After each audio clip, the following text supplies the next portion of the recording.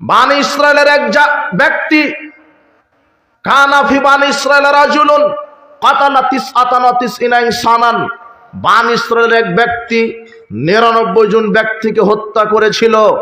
হত্যা করার পরে সুম্মা খারাজা ফাসালাহু, লোকটা বের হলেন ফতোয়া জানার জন্য। ফাতা রাহিবান, একটা গণকের কাছে গেলেন, একটা দরবেশের কাছে গেলেন, গিয়ে তাকে বললেন, দরবেশ বাবা, হাল মিন তাওবাতিন, আমি 99 জন ব্যক্তিকে হত্যা করেছি, আমার পাপ কি ক্ষমা হবে? দরবেশ ফতোয়া দিলেন লা ফাকাতালাহু। দরবেশ বললেন, না, এতজন লোককে তুমি হত্যা করেছো, এই পাপ ক্ষমা হবে না। লোকটি রাগে ক্রোধে তাকে হত্যা করে দিলেন, কিন্তু আশা ছাড়েননি, পাপ আমার ক্ষমা হবে। তিনি আবার ছুটলেন, ফাজালা ইয়াসালু, তিনি আবার রাস্তা ধরছেন, কোথায় জিজ্ঞাসা করলে একটু ব্যবস্থা হবে যে আমার পাপ ক্ষমা হতে পারে, আশা রাখছেন।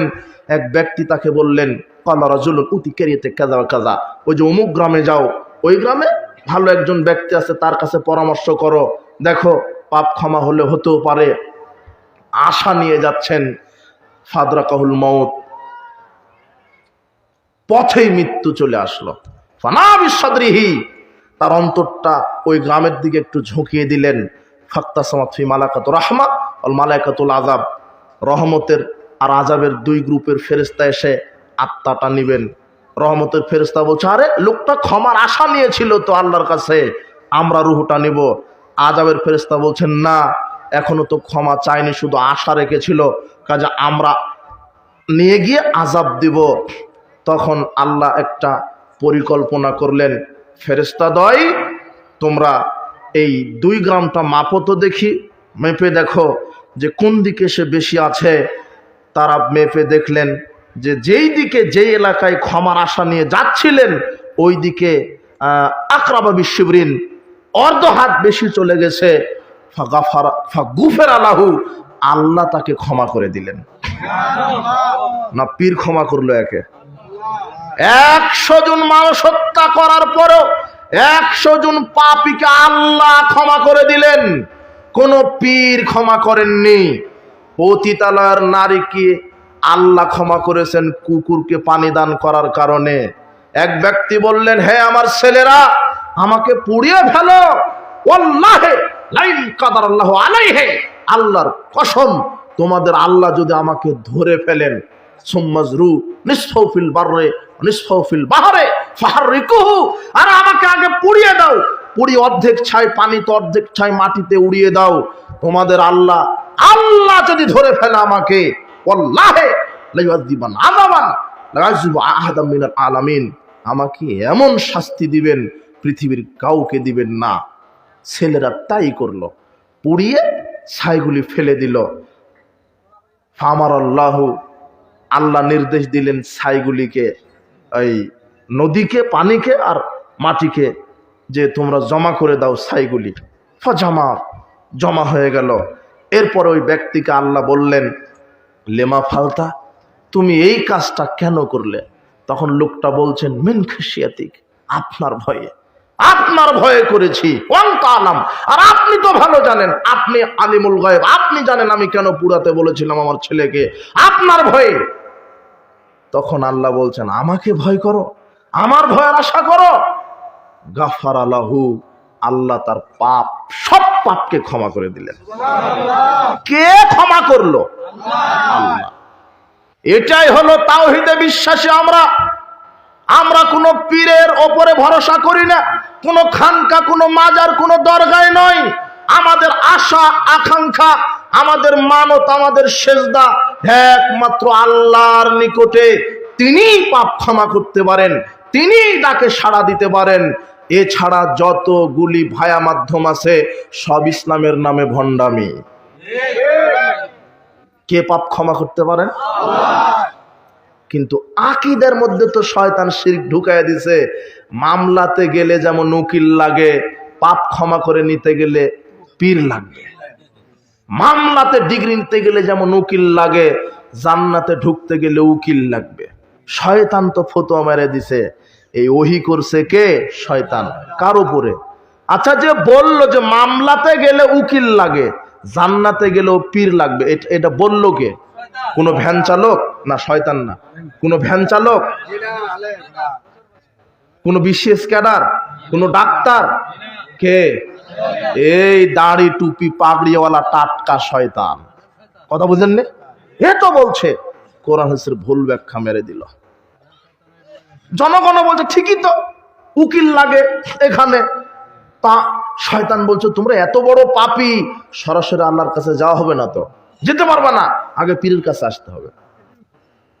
দেখেন পীর সাহেব বলছে আব্দুল কাদের জিলানী যখন মারা গেল, কবর যখন তাকে রাখা হলো, আব্দুল কাদের জিলানীর কাছে দুইজন ফেরেশতা চলে আসছে। আব্দুল কাদের জিলানী কথা ছাড়াই দুইজনকে দুটা করে চড় মেরে দিলেন। ফেরেশতারা বলছে আমাদের অপরাধ? তা আপনাদের অপরাধ নাই মানে? আমার কবরে আসলেন আর আমাকে সালাম দিলেন না, আল্লাহ আদব শিখায় দেয়নি তো? তাই তো, তাহলে এই পাপ ক্ষমা হবে? এই ভুল কিভাবে ক্ষমা হবে? আব্দুল কাদের জিলানী বলছেন যাও আল্লাহর কাছে ক্ষমা নিয়ে আসো। আল্লাহ কি বলে শোনো। আল্লাহর কাছে গেছে, আল্লাহ বলছে ঠিকই তো, এমন বড় পীরের কাছে তোমরা গেছো, সালাম দাওনি, তোমরা তো বড় অপরাধী। তো আল্লাহ কি করতে হবে বলেন? আচ্ছা ঠিক আছে দাও তো, আব্দুল কাদের জিলানী যা বলে সেটা মেনে নাও তো, যাও। দুজন ফেরেশতা মুনকার নাকির দুইজন চলে এসেছে। আব্দুল কাদের জিলানী বলছে আচ্ছা ঠিক আছে, আল্লাহ এই বলেছেন, তাহলে ঠিক আছে, আমার কথা শোনো, কিয়ামত পর্যন্ত আমি আব্দুল কাদের জিলানীর যারা মুরিদ হবে তাদেরকে তোমরা কবরে জিজ্ঞাসাও করতে পারবা না, শাস্তিও দিতে পারবা না। এখন আল্লাহ বলেছেন মেনে নিতে হবে, কথা বুঝেননি মনে হয়? এই বক্তব্য যদি দেওয়া হয় মুরিদের অভাব হবে না। কিসের সালাত সিয়াম? শুধু আব্দুল কাদের জিলানীর মাজারে যাও, গরু খাসি মানত করো, সেজদা দাও, ডাইরেক্ট জান্নাত। কথা বুঝেননি? এই ওহিটা কে করলো? শয়তান। আশ্চর্য কথা, আশ্চর্য কথা। পীরের মুরিদ হলে সালাত সিয়াম লাগে না, পীরের মুরিদ হলে সুপারিশ করে সে জান্নাতে চলে যাবে, পীরের মুরিদ হলে তার উপর থেকে শরীয়তের হুকুমই নাকি রহিত হয়ে যায়। ওর আর সালাত মারফত হাসিল হয়ে গেলে আর সালাত সিয়াম লাগে না। সব এই ভ্রান্ত আকীদা ঢুকাই দিছে কে? শয়তান। শয়তান বলছে না আল্লাহকে আকার বলা যাবে না, আল্লাহ নিরাকার, আল্লাহ নিরাকার, ওকে আকার বলা যাবে না। অথচ আল্লাহ বলছেন ইয়া ইবলিস মা মানাকান তাসজুদা লিমা খালাকতু বিয়াদাইয়া, হে ইবলিস, আমি যে আদমকে আমার দুই হাতে তৈরি করলাম, সে আদমকে সেজদা দিতে তোমাকে কিসে বাধা দিল? আল্লাহ কয় হাতে আদমকে তৈরি করেছেন? তাহলে আল্লাহর কি আছে? আল্লাহ বলছেন ওয়াসনাইল ফুলকা বিআয়ুনিনা, হে নূহ তুমি আমার চোখের সামনে নৌকা তৈরি করো। কিসের সামনে? চোখের সামনে। আল্লাহর কি আছে? ইয়াওমা ইয়াকশাফু আন সাকিউ ওয়া ইউদআউনা ইলা সুজুদে ফালা ইস্তাতিউন। আল্লাহ বলছেন আমি বিচারের মাঠে আমার দুই পায়ের নলা প্রকাশ করব, যাতে করে মুমিন নারী পুরুষ আমাকে সেজদা দিতে পারে। কে সেজদা দিবে? 4919 নম্বর হাদিস সহিহ বুখারী, আবু সাঈদ খুদরি তিনি বলছেন, রাসূল সাল্লাল্লাহু বলছেন ইয়াকশিফু রাব্বুনা আন সাকিহি, সেদিন তোমাদের প্রতিপালক দুটো পায়ের নলা বাহির করে দিবেন, ফায়াসজুদু লাহু কুল্লু মুমিন ওয়া মুমিনাতিন, যাতে করে সব মুমিন নারী পুরুষ আল্লাহকে সেজদা দিতে পারে। ওয়া ইয়াবকা মান কানা ফিদ দুনিয়া রিয়ানা সামাতান, কিন্তু ওই ব্যক্তি সেজদা দিতে পারবে না যারা দুনিয়াতে মানুষকে দেখাবার জন্য সালাত আদায় করেছে, সম্মান পাওয়ার জন্য লোক দেখানো আমল করেছে, তারা সেজদা দিতে পারবে না। বক্তব্যটা এটা নয়, বক্তব্য হলো এটা যে আল্লাহ বিচার মাঠে কি প্রকাশ করবেন? পা। কেন? যত মুমিনরা কি দিতে পারে? সেজদা দিতে পারে। আল্লাহ রাসূল বলছেন ফামান্নার ফালা তামতালু হাত্তা ইয়াজাল্লাহু রিজলাহু, জাহান্নাম পূর্ণ হবে না যতক্ষণ না আল্লাহ তার পা না ঢুকাবেন। কি ঢুকায় দিবেন জাহান্নামে? তাহলে আল্লাহর কি থাকলো? পা।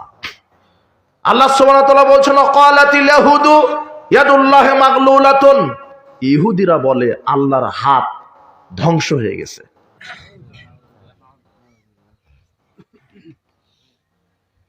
আল্লাহ বলছেন লুইনু বিমা ক্বালু, আল্লাহ বলছেন আরে ইহুদিরা এই কথা বলার সাথে সাথে ইহুদিদেরকে আমি অভিশপ্ত করে দিয়েছি।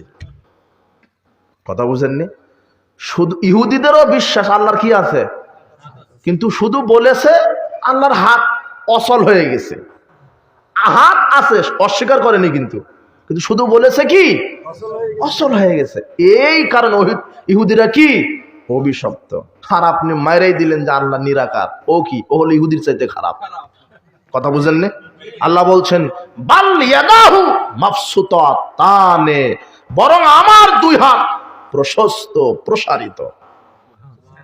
সূরা মায়েদার ৬৪ নম্বর আয়াত। কোরআন হাদিসকে বিশ্বাস করতে হবে ওইভাবেই যেইভাবে রাসূল সাল্লাল্লাহু আলাইহি ওয়াসাল্লাম বিশ্বাস করেছেন, সাহাবীগণ বিশ্বাস করেছেন। শোনেন, কিন্তু শয়তান তৌহি করে দিল। মুরিদরা তো বলতে পারে যে এই যে আল্লাহ কোরআনে তো হাত পায়ের কথা বলেছে, শয়তান এই পাগড়ি টুপিওয়ালা এই শয়তানকে বলছেন এইভাবে ব্যাখ্যা দাও। কি? আরে আল্লাহর হাত মানে ওটা কুদরত, ওটা কি হাত বলা যাবে না। আর আল্লাহর পা মানে ওটা কুদরত, আর আল্লাহর চেহারা মানে ওটা সত্তা।